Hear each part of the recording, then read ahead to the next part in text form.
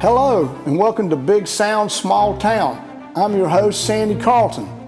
The small towns and communities of Cleveland County, North Carolina have long been a hotbed of music in all its many forms. Several Cleveland County musicians have found commercial success and critical acclaim in the music industry.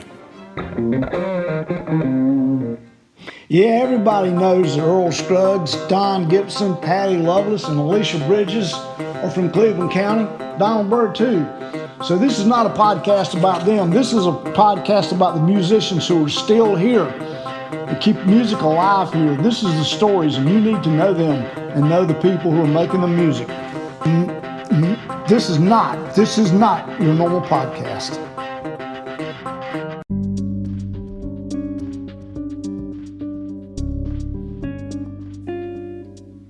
Mike Lynch was kind enough to host Big Sound, Small Town in his home in Shelby, North Carolina. Mike is a talented bluegrass guitarist and a talented singer. And he is a guy with some very interesting stories. He knows a lot of music history, and he has, again, some very interesting stories. Listen up.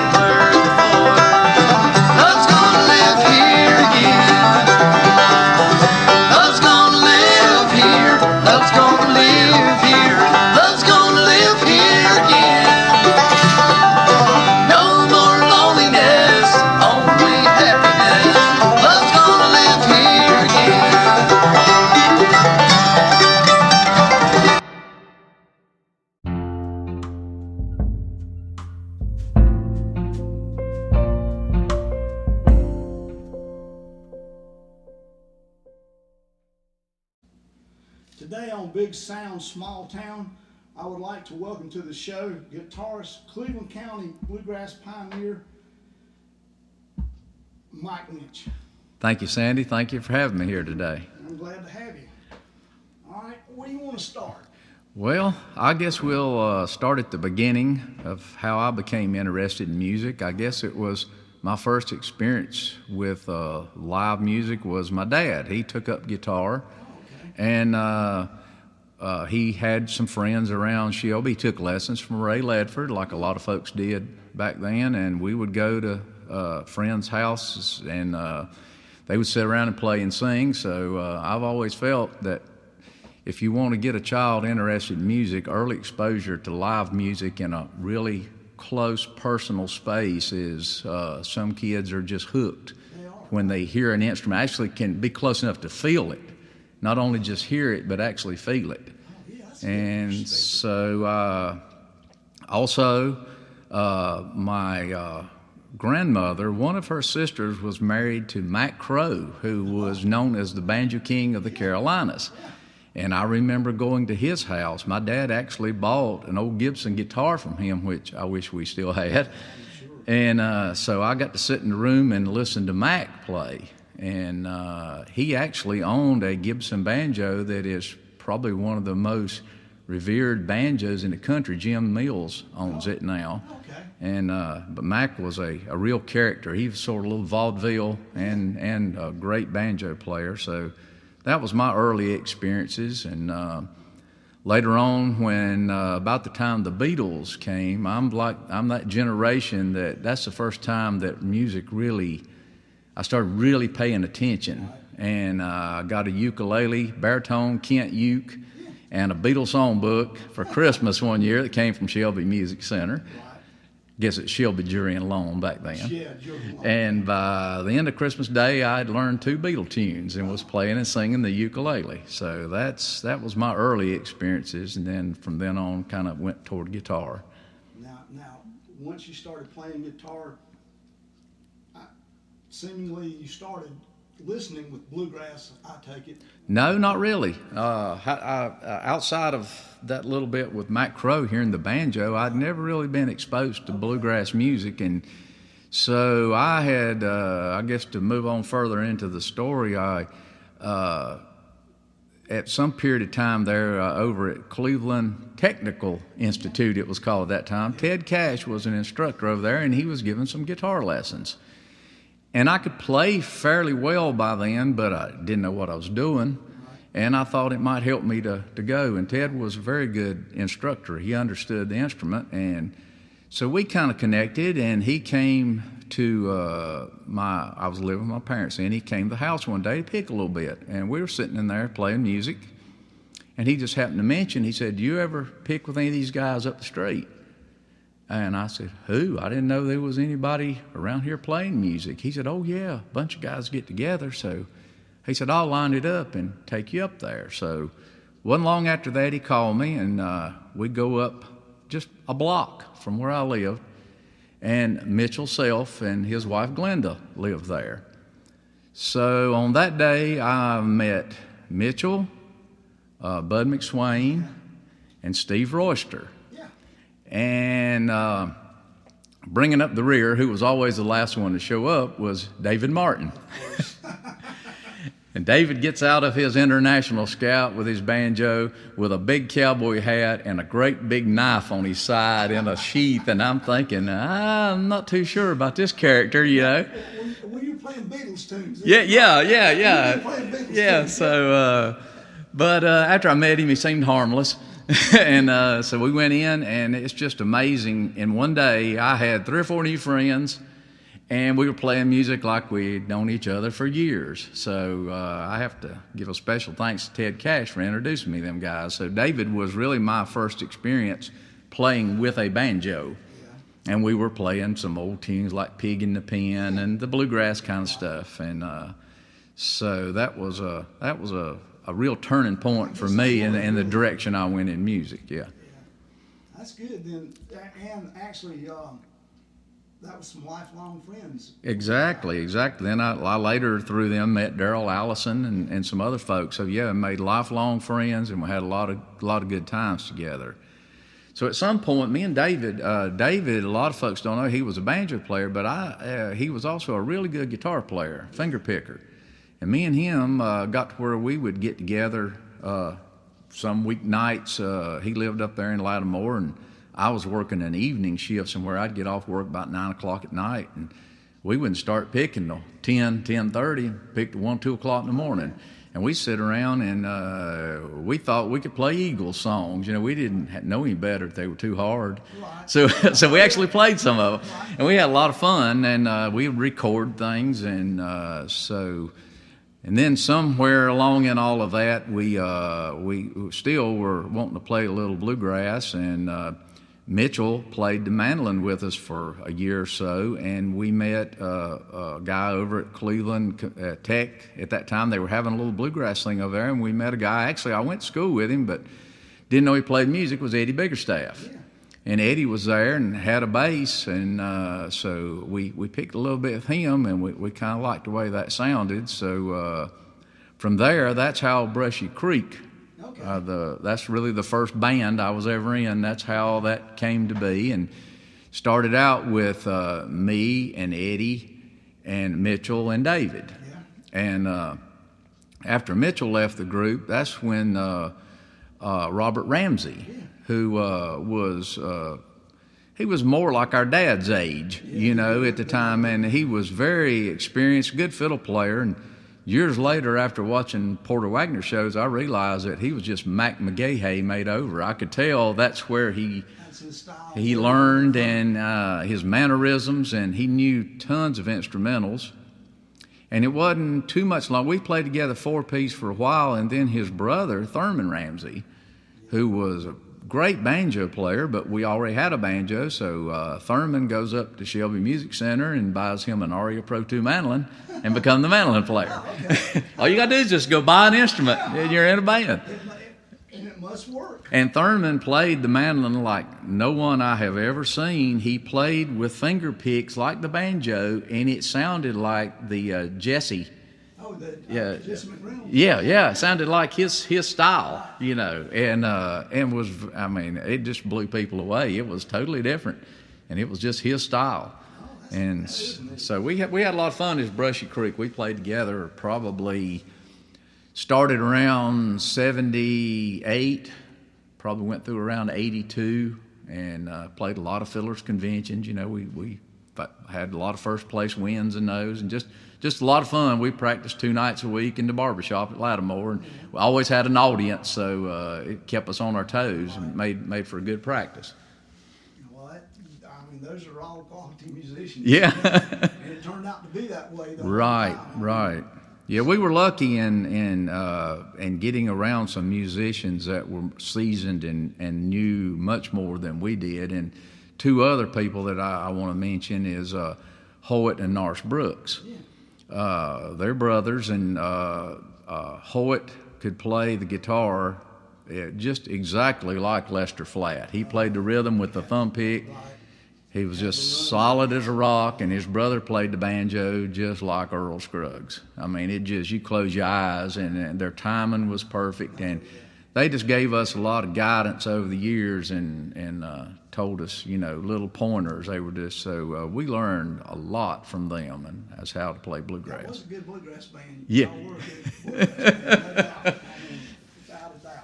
The best bluegrass band around. Yeah, well, I don't know about that, but we practiced hard, and we tried to have good timing, and we certainly enjoyed it. And I mean, we'd go to Norris and Hoyt's, and I even played a little bass with them over the years just to get to pick with them. They were such good musicians. They did all the old Jimmy Martin tunes and Earl Scruggs and Foggy Mountain Boys. That stuff they played. And you were getting a bluegrass education. Oh, big time. Yeah, big time.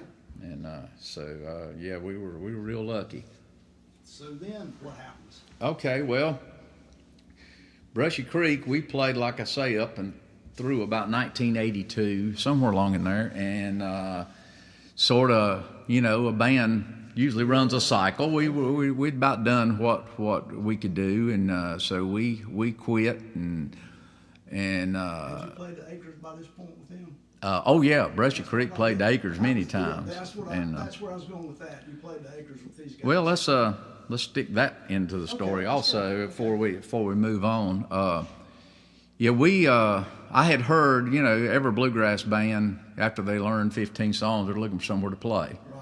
And I was the same way. And I'd heard about a music hall out there up in the country, and somebody gave me some directions. This is before Google Maps, So I proceeded to drive up there one Saturday and get lost in the rain. Yeah, it's kind of hard if you've never been there. Yeah, and I ended up at some little service station, with a naked light bulb out front.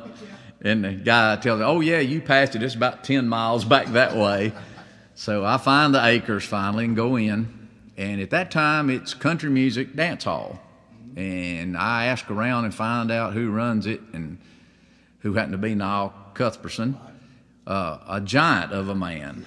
Literally, he was a pulpwood cutter, and I was very intimidated to go up to him. And he played in the band there. He played country music and loved country music. Well, during the break, I introduced myself to him. We sat down on some chairs there, and I proposed of having a bluegrass show there. I said, have you ever considered having a bluegrass band? He said, well, son, if you want to play some bluegrass here, that'll be just wonderful. You just tell me when you want to do it. So from that time on, he was a wonderful friend.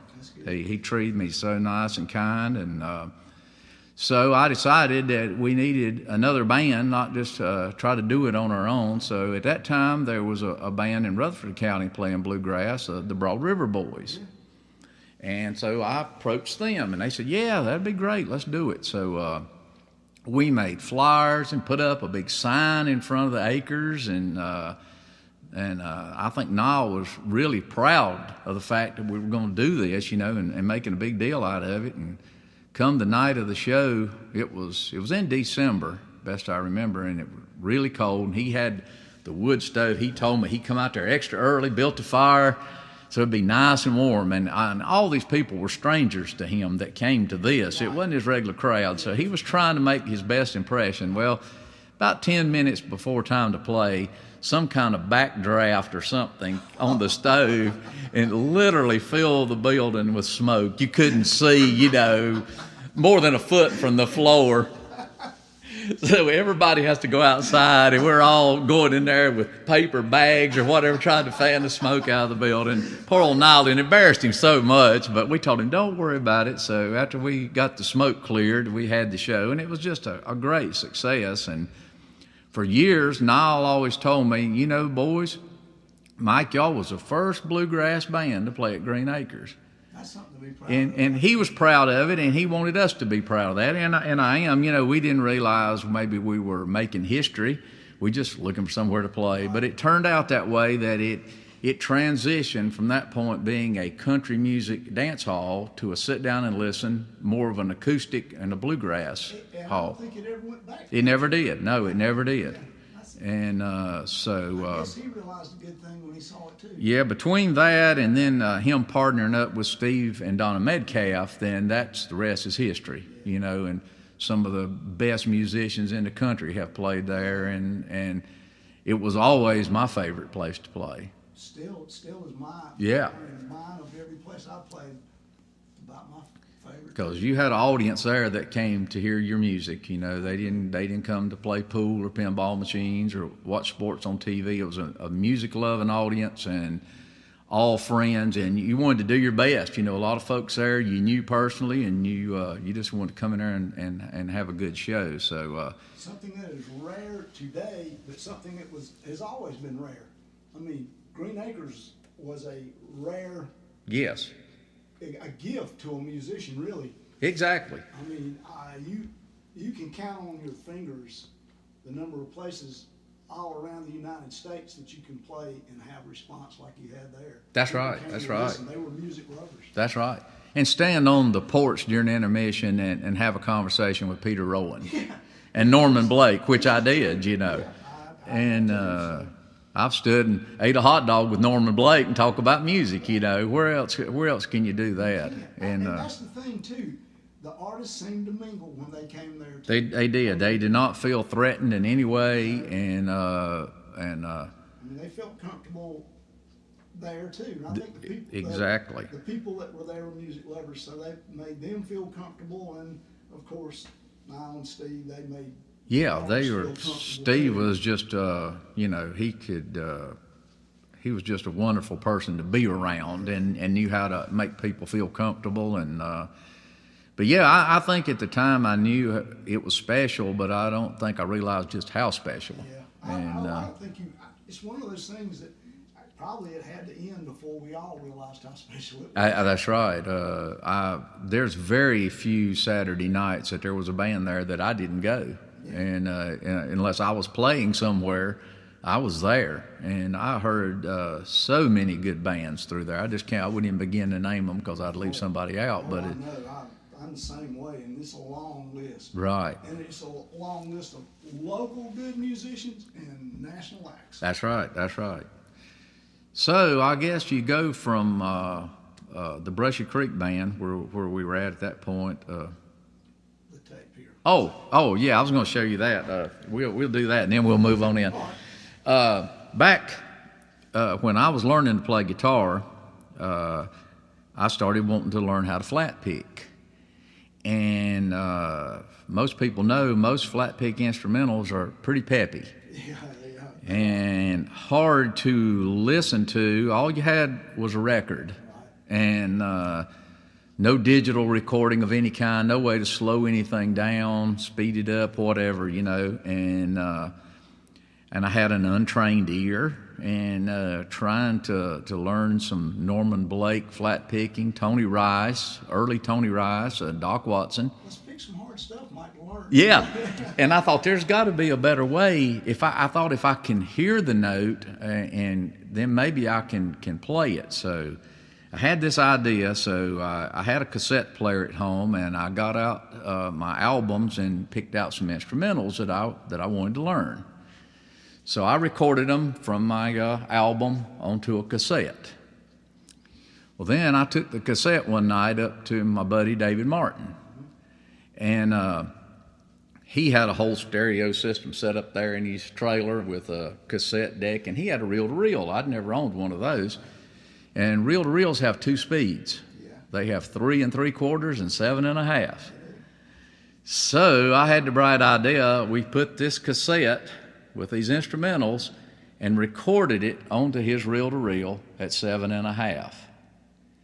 Then we put a blank cassette in the cassette player and turned the speed to 3 3/4, Pretty smart. ran it back onto the cassette.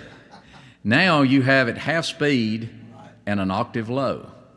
Oh yeah. So you have to keep in your mind as you're learning this that there's a whole octave. It's a whole octave low. You'll be in tune with it, but you're going to be an octave low.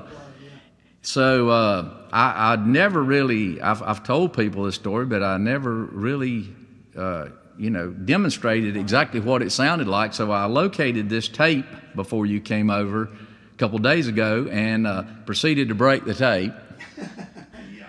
So then I had to do microsurgery, which I've not worked on a cassette tape in many years, but I did get it back together and got it playing again. And the tape is just shy of being 40 years old. This was done in 79. But this one song on here, I'll just show you a quick demonstration of it. This is early Tony Rice. I had Billy and the Lowground, Red Haired Boy, Beaumont Rag, stuff like that. Well, this first song is Billy in the Lowground, and it's Tony Rice. And I'll just play you a short portion, and you can hear what it sounds like. I wished I had both to compare at full speed, but I don't. These are all slowed down, so I think this will be Beaumont Rag right here.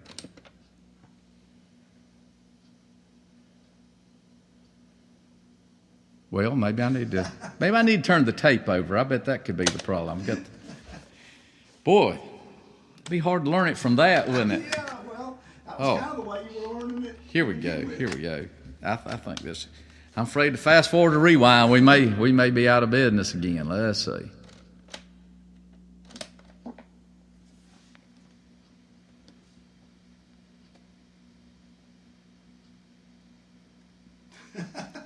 It's coming, I promise you.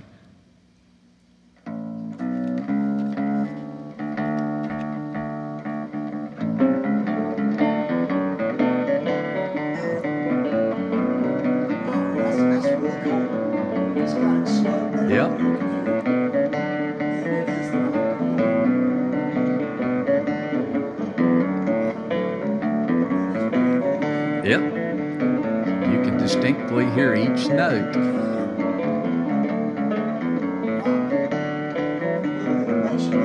Yep. Just a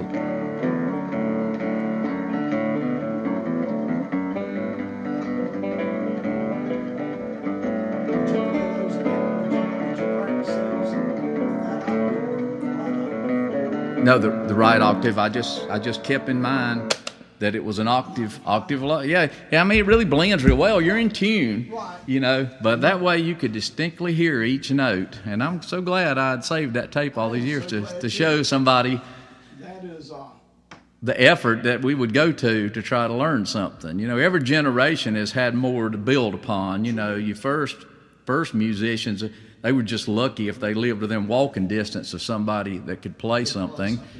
And then you had to listen to it on a battery radio, the Grand Ole Opry. Now, how well could you hear that one time?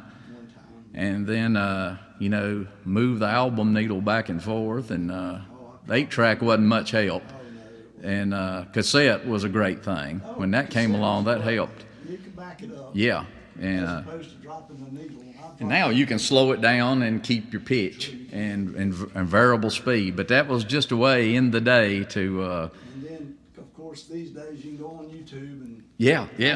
That's it. I think that's why there's just an explosion of fabulous young musicians right now. I'd say the leap to the internet and the YouTube has just... taking it light years, and it's just amazing the people I hear play now and how good they are at such a young age. They are, and as with anything, learning at an early age makes it so much easier to learn, right? And to get better at it. Exactly.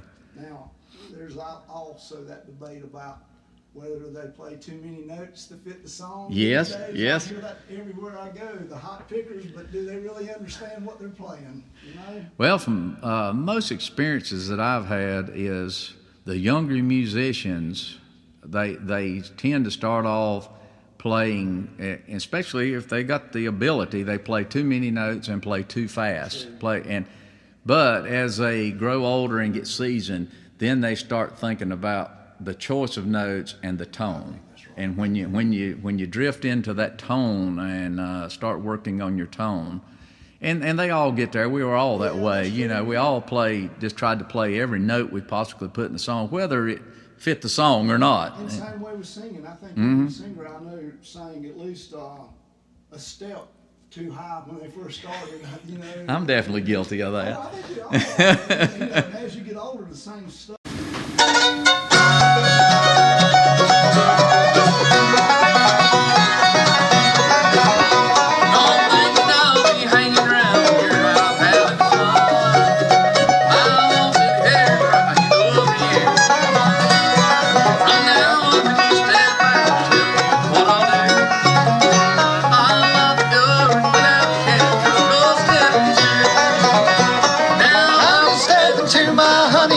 Step into. I'll lock the door and put out the cat, and I'll go step into.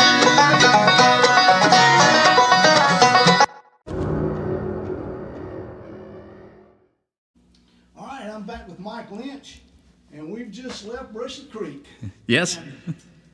So where does the story go from here? Okay, yes. Like I say, Brushy Creek, I guess we disbanded sometime around '82, and myself and the bass player and tenor singer, Eddie Biggerstaff, we still were wanting to pursue traditional bluegrass, and we remembered a banjo player that had come down to some of our practices at Brushy Creek. Actually, somebody brought him down. He wasn't but 15.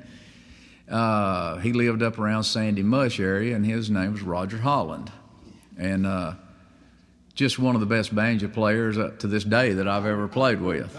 And so the three of us just started getting together and playing some, hoping we would find the fourth member.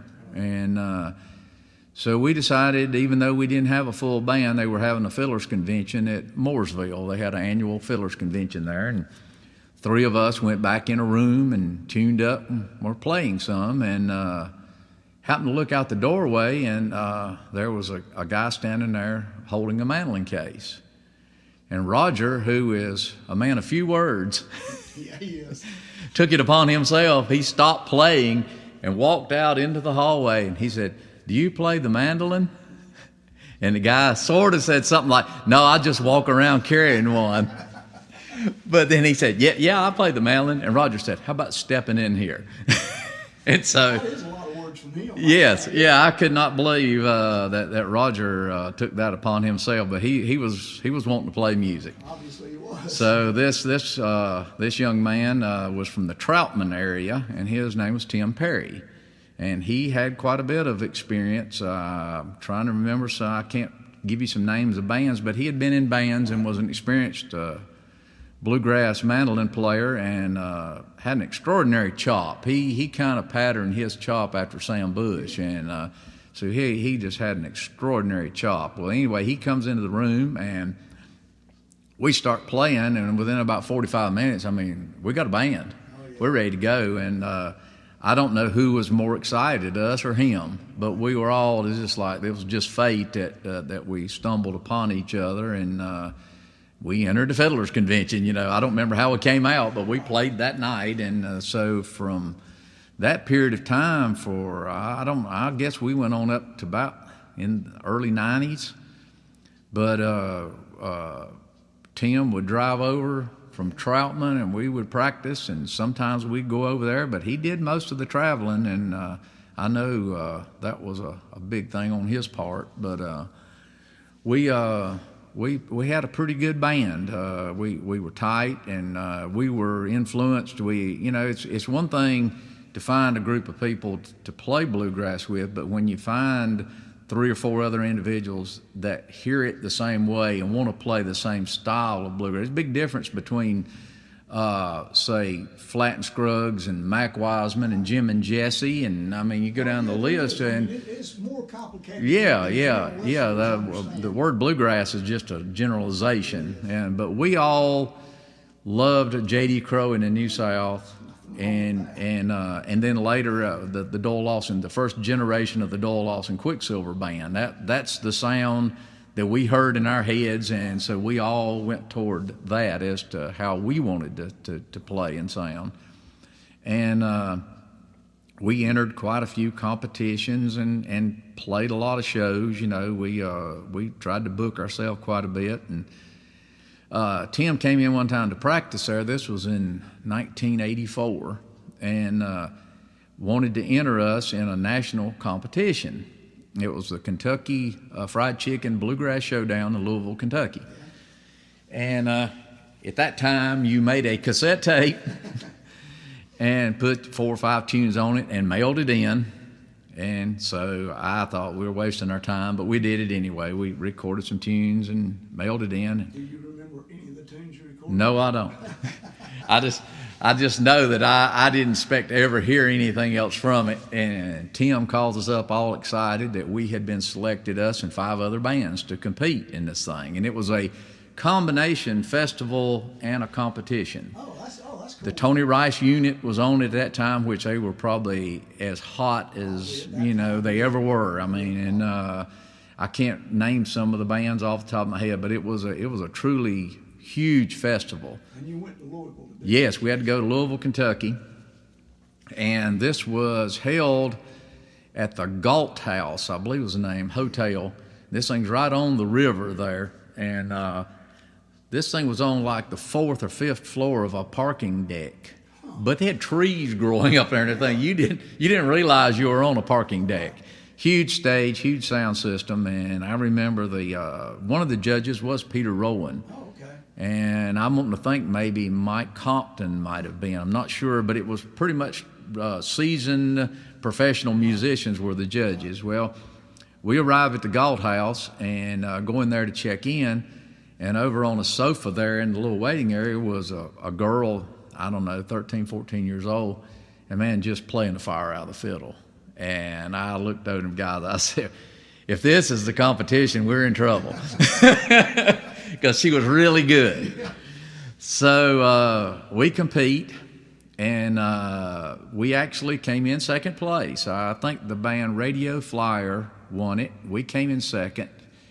And the third place band, I remember this girl was in that band, and they played a real progressive type of bluegrass, and they were better musicians than we were, but I think they maybe didn't appeal to the traditional judges. You just can't judge music. I'm sorry. It's not a good thing to judge music.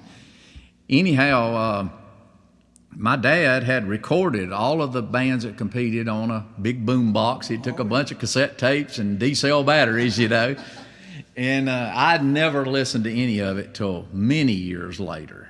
And I decided to go back and listen to some of those bands we competed against. We came in second place, though, and I was very proud of that.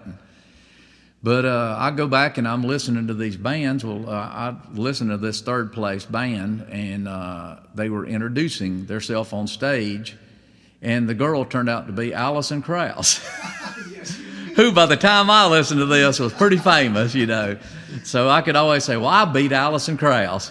But I guess she got even in the long run. She came on with a great career. But I just about fell in the floor when I thought, no wonder she was so good then. I also understood one of the things I always heard is she got pretty upset that she did not win the competition. Yeah, I hate to mention that, but we went backstage, and I remember her sort of kicking her fiddle case all the way across the room. Yeah.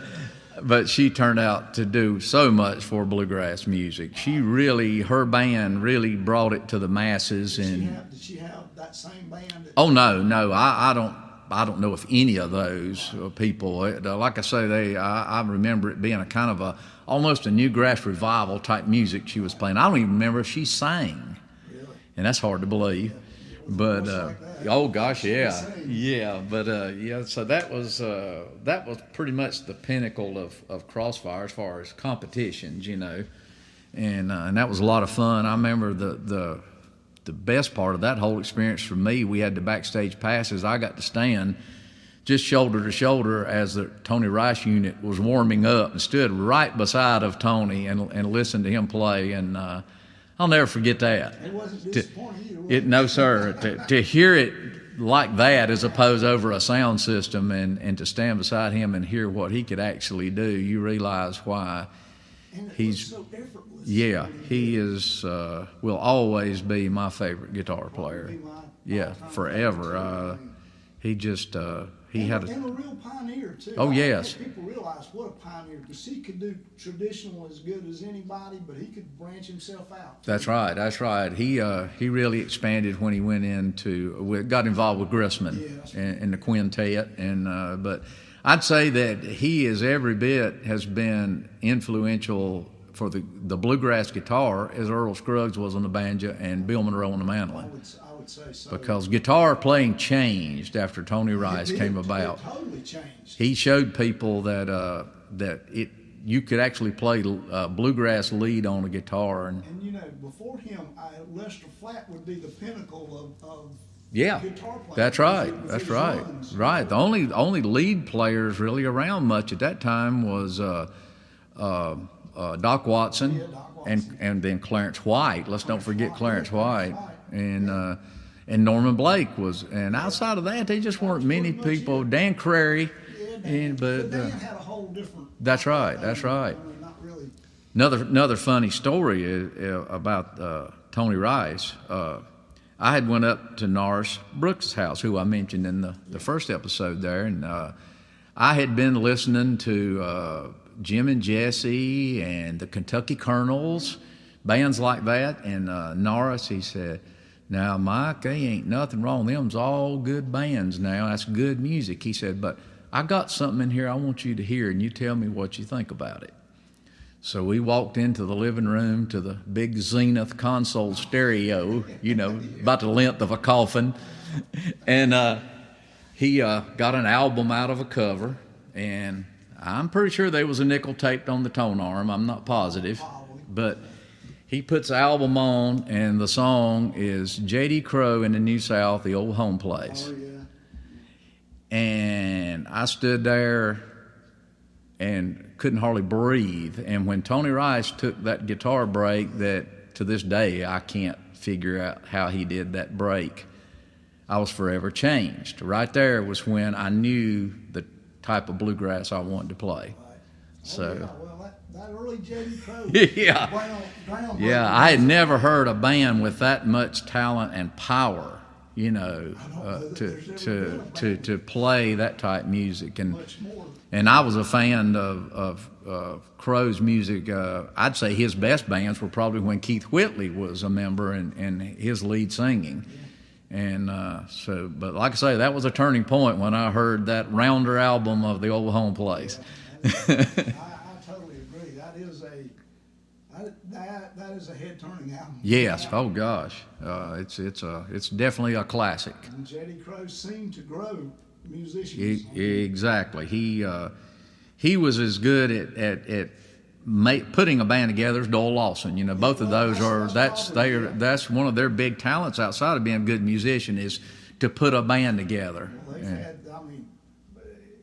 you can't even begin to name all the acts that Oh, no. spawned off of that. Any musician that went through either one of those bands came out a professional. They did. And and those people influenced other. Exactly. Lou Reed, Terry Balcom, you go on down the list of the folks. Jerry Douglas, that's right. Oh, well, Ricky Skaggs. Yeah, Jimmy Goodrow. Yeah. All those people. We all have a group of people spawn off of them. Keith Whitley. Exactly. Probably not a better bluegrass singer that ever lived, in my opinion.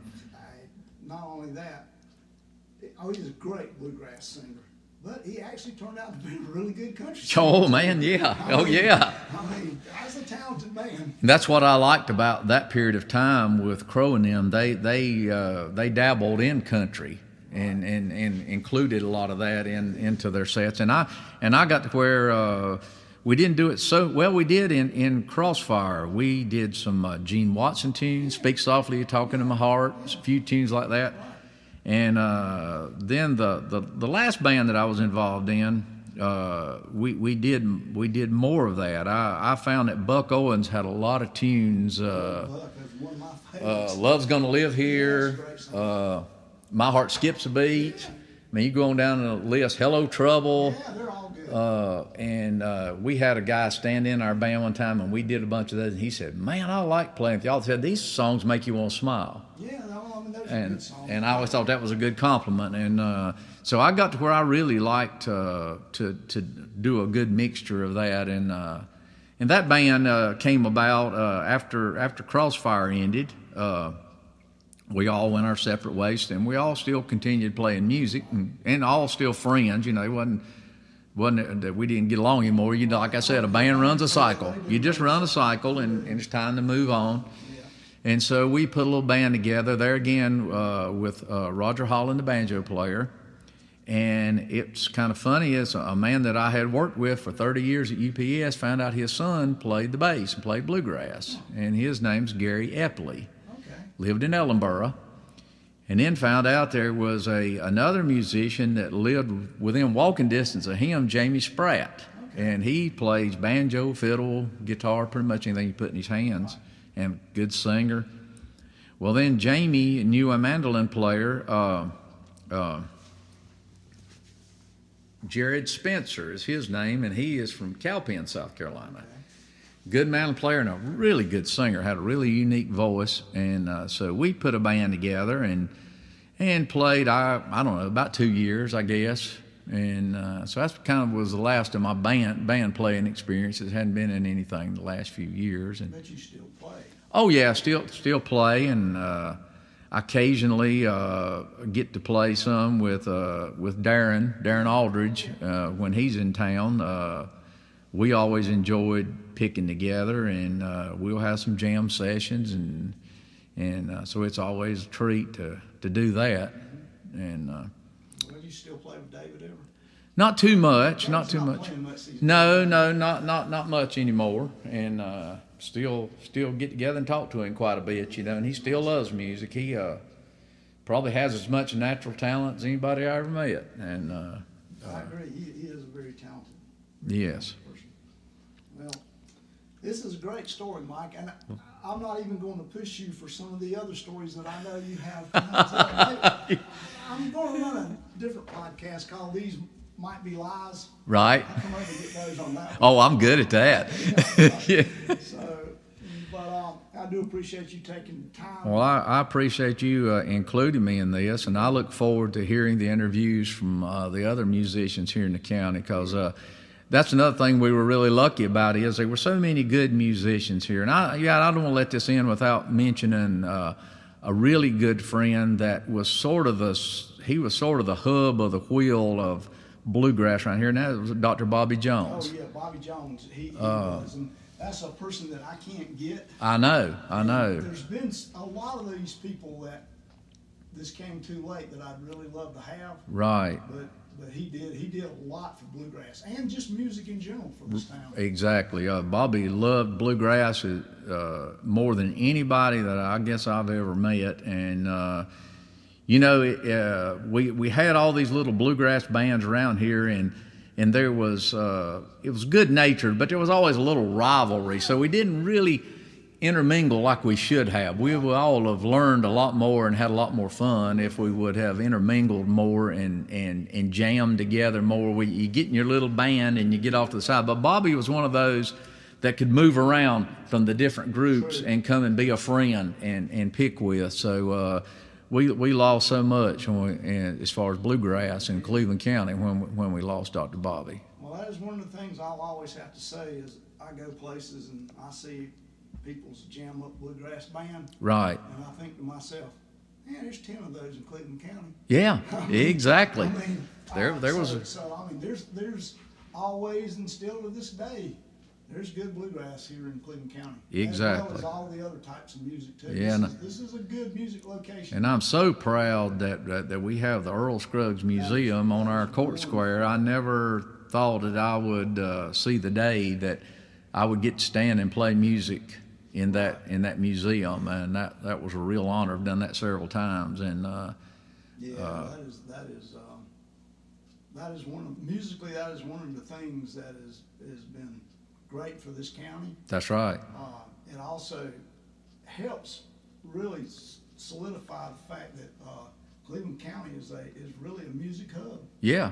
When you think of the fact that Earl Scruggs was from this area and Don Gibson, that's for a town the size of Shelby, that's something to be proud of. And if you think that the Disco Queen was here, Alicia Bridges. Yeah, yeah. And then of course Patty Loveless. was here. So, Exactly.